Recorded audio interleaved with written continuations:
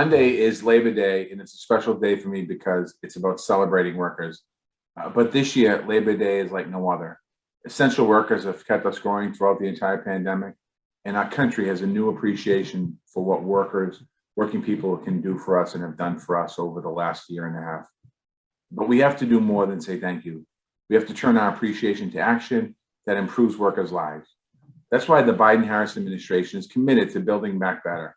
In the DOL, we are focused on empowering workers morning, noon, and night, investing in the cares economy so they can take care of their family, building an inclusive workforce so where every worker has access to good jobs with good wages and protections, and provide the security of knowing that you can get health care, you can get unemployment insurance, and you can retire with dignity. Today, we're going to talk to and about the connections between worker empowerment and workers' wages.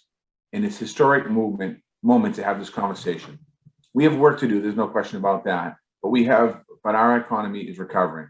Jobs are coming back, and for the first time, workers in jobs are traditionally lower wage jobs are seeing pay increases and better bargaining positions. This is certainly long overdue. The recession has showed us much that we need service workers for our economy and our community. But for years, they've been undervalued and underrepresented. They're disproportionately women and people of color, the same groups that have been suffered the most during the pandemic and recession, and quite honestly before. So we have to focus on equity.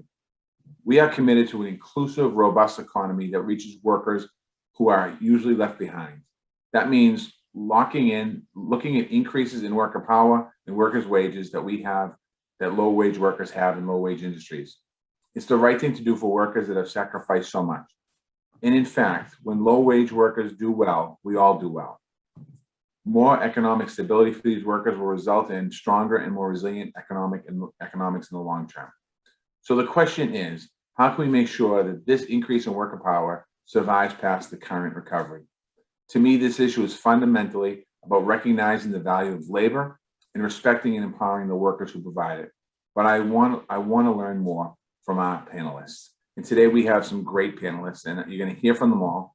So I'm going to start by asking the workers and the panelists, Imelda Roslas and Lillian Travis, to share their experiences.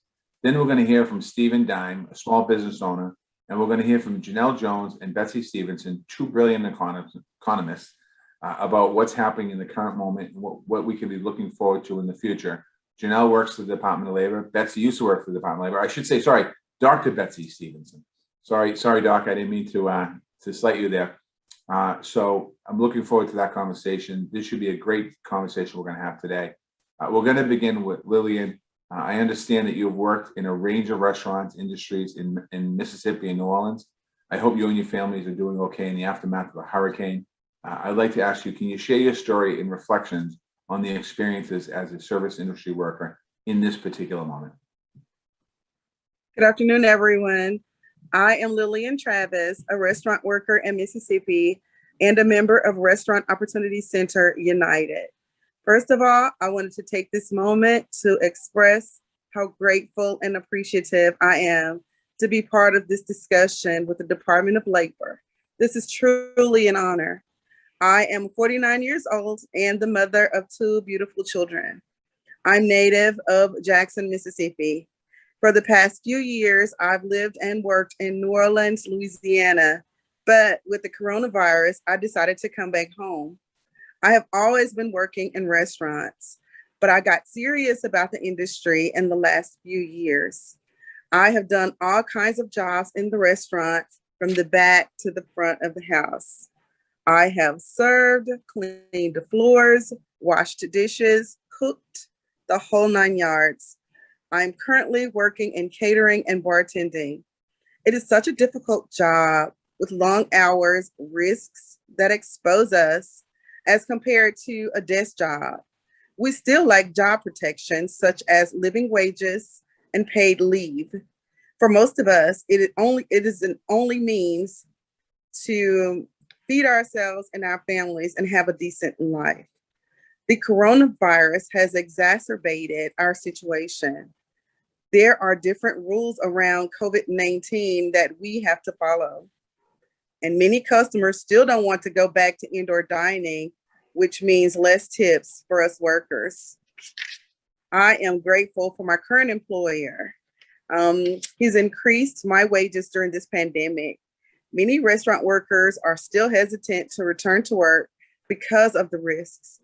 So many employers increase the wages of their employees in order for them to stay. But the cost of food and bills and rent have also gone up.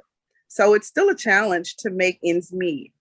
But if the cost of living didn't go up, our wages in the restaurant industry have been historically low, that most of us still rely on some sort of public assistance.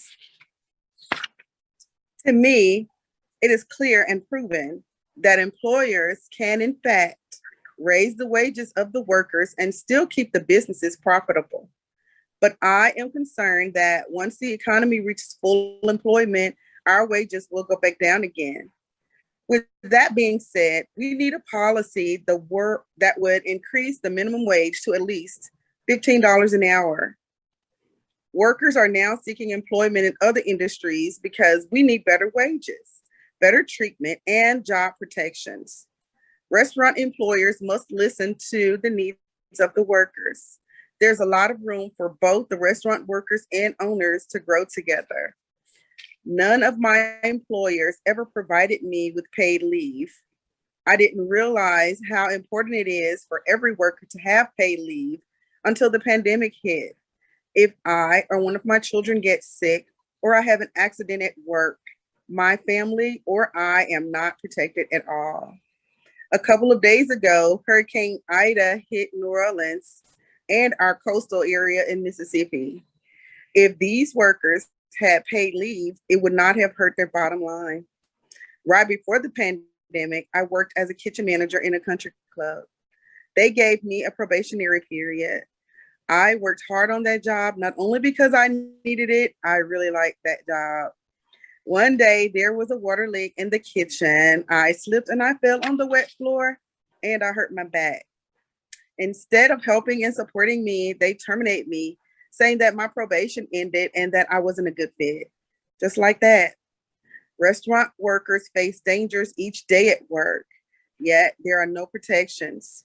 Some of us also experience sexual harassment and discrimination. Most incidents are not reported because we just want to keep our jobs and earn a living. My hope is that our wages will be increased to at least a full minimum. We are among the most underpaid, even in this time of pandemic. I hope we all get the job protections, such as paid leave, safe working environments, and the job security that we need. Thank you. Lillian, thank you so much for sharing your story. It's a powerful story. You did an amazing job. I want to just thank you for that. And we'll get back to you in a few minutes with some questions.